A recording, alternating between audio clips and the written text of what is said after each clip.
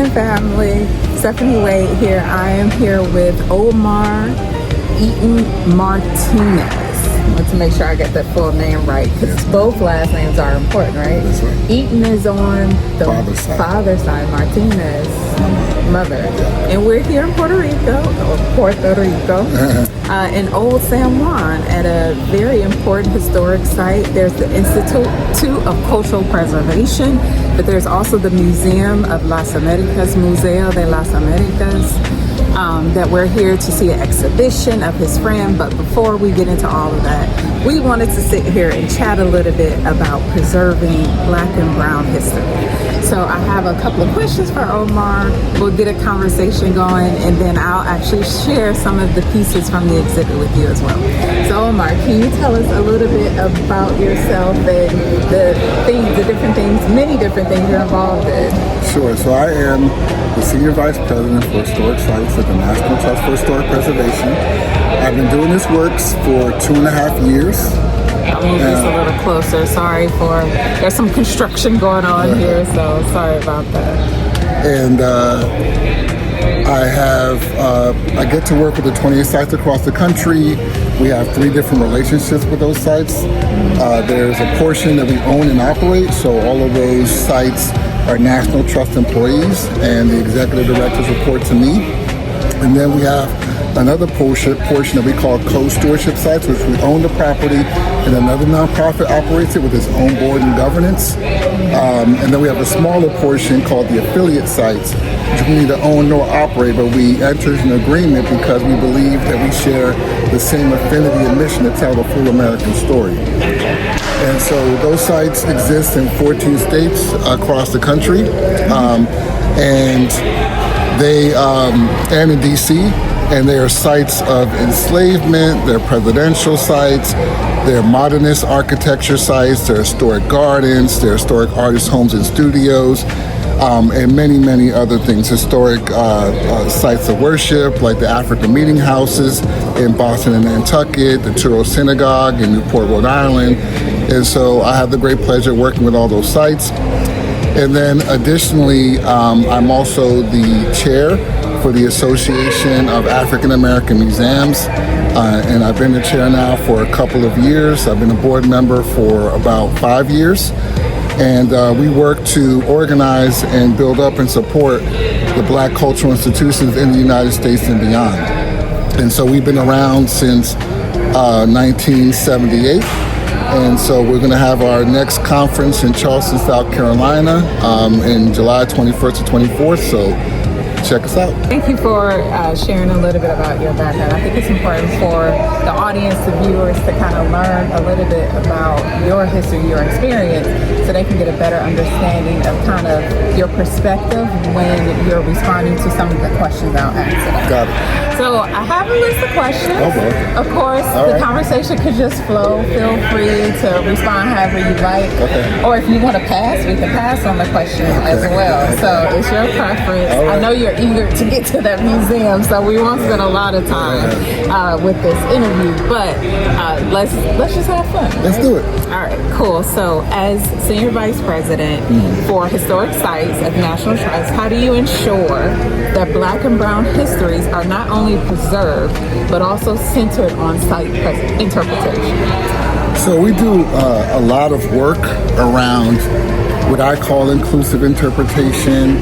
So I've mentioned the people, the executive directors who report to me, but I also have a central staff that supports those 28 sites in a variety of ways.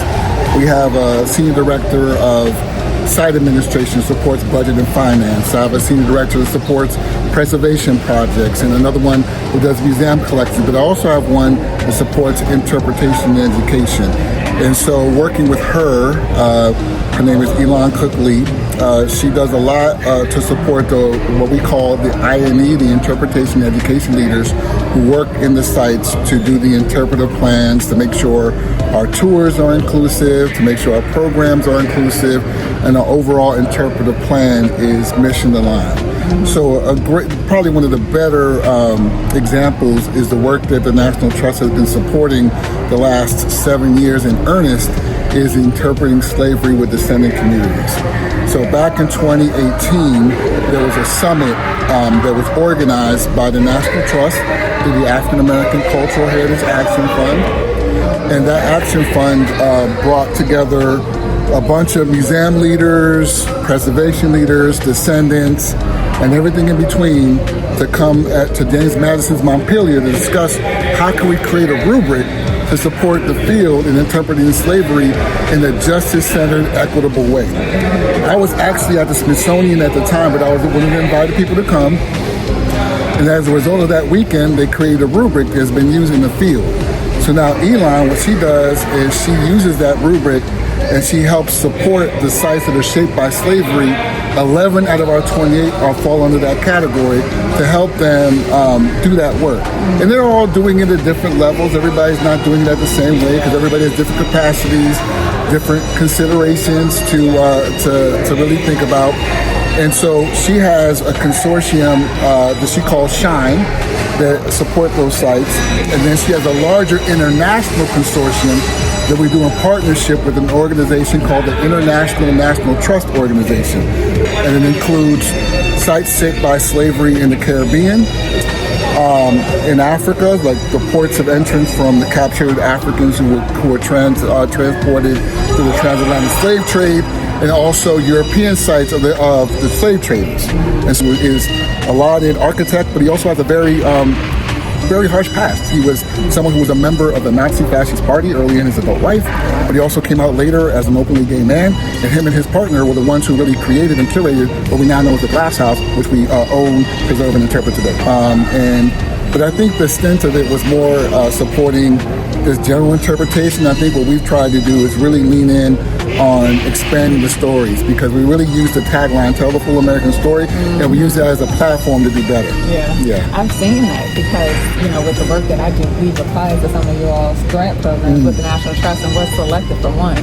And I do like that slogan of telling the full American story. And I feel like a lot of it has been missed for many different reasons. We won't go into that. And it feels like you all are very intentional with trying to give every different perspective in different formats in different ways. Right. Because I think our history lies more in just architecture.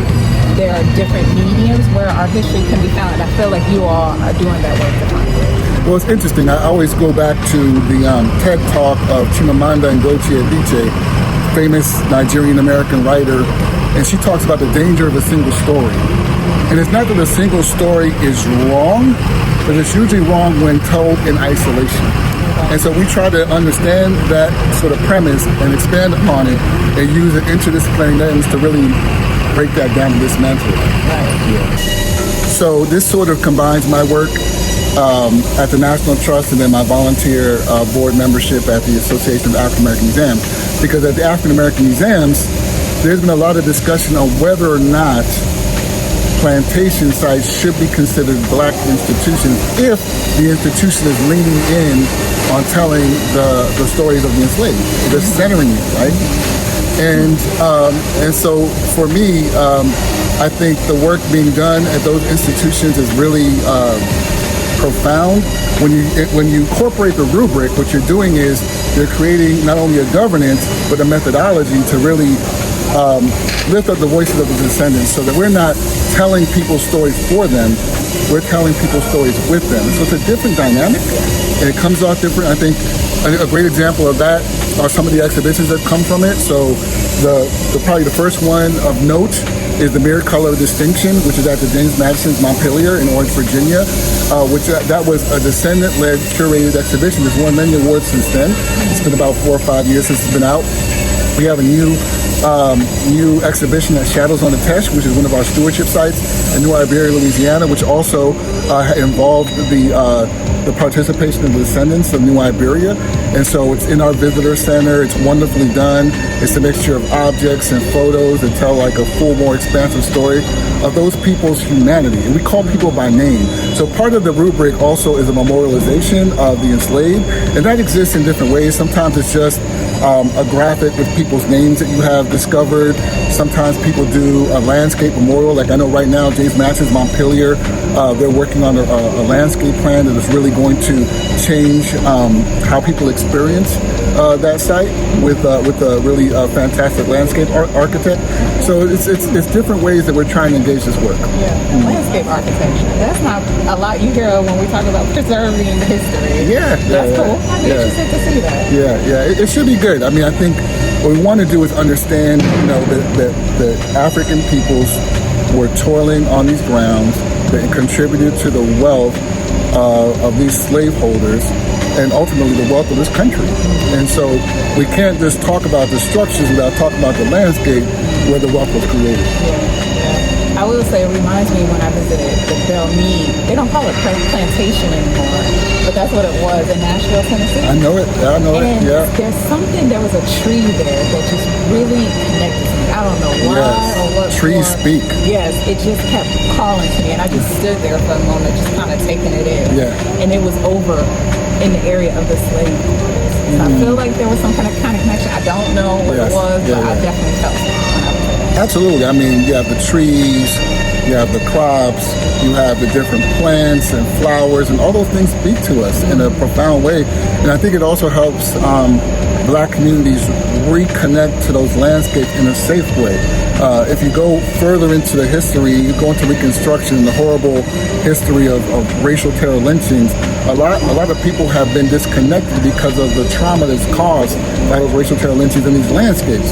So this is sort of a healthier way to kind of reconnect us to the landscapes, because a lot of times, people just think that people were kidnapped from the land just for any reason. These people were selected because they had a certain skill set. It wasn't just because they were big and strong. It's because they had an intellectual thing to contribute to the wealth of what we now know as the United States. Yes. Very deeply rooted history in every way imaginable, right? Absolutely. All right, so I know you've been talking a lot. Did you have a chance to think of your question? Not really.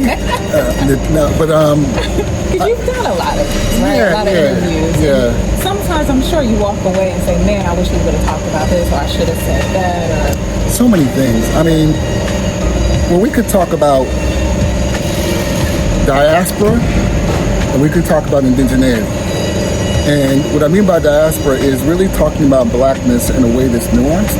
So one of the reasons why we're here in Puerto Rico, or why I'm here in Puerto Rico, is to participate in La Cumbre de Afro, which is a conference that really foregrounds diaspora, specifically the Spanish-speaking diaspora of African peoples. And so there's a lot to talk about, not just in the individual countries, but how does Afro-Latinidad even interpreted in the United States when we think about these demographics in such a singular parochial way. Me growing up as a Black Puerto Rican in Silver Spring, Maryland, was very interesting, right? Because my four walls were Puerto Rico. I was hearing salsa, merengue, Fania All Stars. I was eating arroz con habichuela. But when I left the threshold of that home, it was clearly a suburb of Chocolate City, which really thinks of Blackness in a very singular way. And so I was always combating that.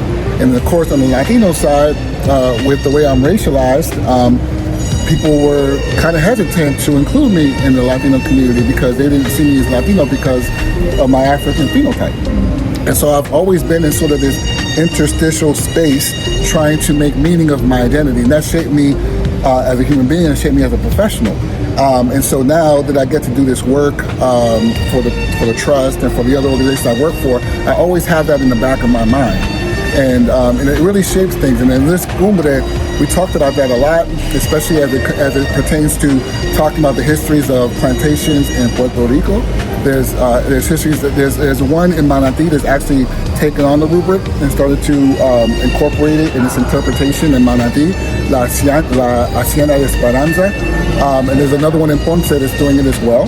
And there's all kinds of sites that are starting to engage. I was just in Cuba in December, and they've been doing this work for a long time in Cuba in a profound way. And so it's really heartening to see that, but it also impacts how we're seen in the States as well. And then I guess I would say maybe thinking about Latino-ness and understanding that, like, as Latinos in the United States, we have to embrace and understand that there is racism within that community. And these histories and this culture allows for that to be talked about in a real way where people can be impacted and people's humanities can be seen.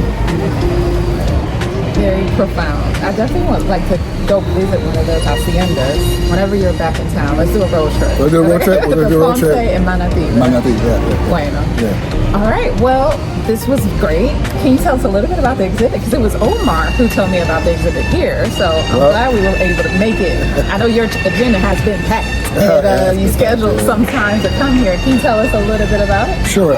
So there's an artist named Edgardo Miranda Rodriguez, a good friend, New Rican, Puerto Rican artist who has really been working in comic books for a while. He created the first Black Puerto Rican woman superhero that he named La Borinqueña. Yeah. And so there's been celebrating her for a long time. I had brought Edgardo back to the Smithsonian. I worked there to speak about it, introduce him to curators. The curators actually loved this representation. They actually collected from Edgardo and put pop-up exhibitions in the National Museum of American History. He actually did an exhibition with the Asia Pacific American Islander Smithsonian Center. And since then, he's been exhibiting the comic book in many different spaces, including the Caribbean Cultural Center African Diaspora Institute in Harlem, where they had this beautiful exhibition called The Color of Power. And so now he has the exhibition here, Museo de las Americas, that he was telling me about, so I'm eager to go see it today. Cool. Well, I'm excited. Can't wait. I've definitely heard about it, and I've seen her. The comic book, I've seen photos, so it'd be nice to see what's in the exhibit, the artifacts. Yeah. So cool. Well, that concludes this, wraps this up. We're going to go in, check the museum out, the exhibition out. Hope you enjoyed the conversation. Thank you, Omar, for your time. Thank you for having me. Hanging out with me. Yeah, absolutely. So, sign up.